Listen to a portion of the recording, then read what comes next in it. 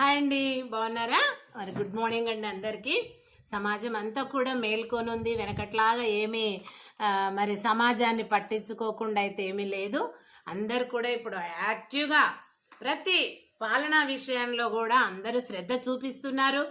మరి అందరు కూడా అన్ని మన ప్రభుత్వ శాఖలు ఏవేవి ఎలా పరిపాలన జరుపుతున్నారు, ఆ ఒక్కొక్క శాఖకు ఏ ఏ మంత్రులు ఉన్నారు, ఏ విధంగా వాళ్ళ ప్రోత్సాహం ఉంటుంది, వాళ్ళ స్వార్థం కొరకు పరిపాలన చేస్తున్నారా ఆయా శాఖలను, లేదా దేశ అభివృద్ధి కొరకు చేస్తున్నారా, వీళ్ళ ఆనాడు ఎలక్ట్ అయినాక ప్రమాణం చేసిన దాని ప్రకారం వీళ్ళ పరిపాలన ఉందా లేదా అని మనమందరం కూడా గ్రామ స్థాయి అండి, సర్పంచ్ ఎన్నికల కాడి నుంచి పార్లమెంటు వరకు కూడా అందరి ప్రజాప్రతినిధులను మనం ఎన్నుకున్న వాళ్ళే కాబట్టి వాళ్ళందరినీ కూడా మనము సరి అయిన రీతిలో వాళ్ళు నడిచేలాగా ఉండాలంటే పబ్లిక్ అండి, పబ్లిక్లో మనం ఒక భాగము కాబట్టి మనమందరం కూడా వాటి మీద దృష్టి పెట్టినట్టయితే తప్పకుండా వాళ్ళు కూడా భయపడతారండి.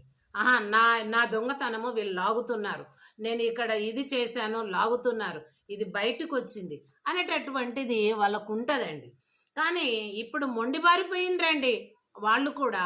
ఏం మీడియానే కదా 2 రోజులు చెప్పుకుంటారు ఊకుంటారు. మన దేశంలో ఇల్లిటరేట్స్ ఎక్కువ, ఇంకోటి పేదరికం ఎక్కువ, కామన్ పీపుల్ ఎక్కువ, గొప్పోళ్ళే తక్కువ ఉంటారు, వాళ్ళ అధికారాలు వాళ్ళ చేతులు ఉంటాయి. గొప్పోళ్ళ పాపులేషన్ తక్కువ ఉన్నా అధికారం వాళ్ళ చేతిలో ఉంటుంది. అది మతపరం కావచ్చు, ఓట్ల కొరకు మతాలు తెస్తున్నారండి. ఓట్ల కోసం పబ్లిక్నంతా మభ్య పెట్టడానికి ఊరూరు తిరుగుతున్నారు. అక్కడ అన్ని కొన్ని సంస్థలు పెడుతున్నారు, ఈ సంస్థ ఆ సంస్థ అని చీమంతా చేసి ఏనుగంతా చూపిస్తున్నారు. తర్వాత ప్రజలందరి పోగు చేస్తున్నారు. ఈ దేవుడు మనది, అందరు ఇట్లుండేటట్టు మీరు చూడండి.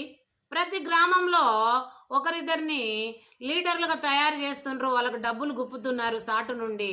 వాళ్ళతోటి ఎక్కడ ఎవరు కూడా వేరే వేరే రిలీజన్ ఉంటే వాళ్ళని అణిగేయండి, వాళ్ళని భయపెట్టండి, వాళ్ళ మీద అటాక్ చేయండి, వెనకకెళ్ళి మేమున్నాం చూసుకుంటాం. ఇటువంటి ధైర్యము ఆ గొప్ప వ్యక్తులు ఎవరైతే ఉన్నారో వాళ్ళ చేతిలో అధికారం ఉన్నవాళ్ళు ఈ యొక్క గ్రామ స్థాయి నుండి కూడా కొన్ని సంస్థలు పెట్టి అనగదొక్కి వీళ్ళ అధికారము తెచ్చుకుంటున్నారండి. ఆ రకంగా భయపెడుతున్నారు ప్రజలను.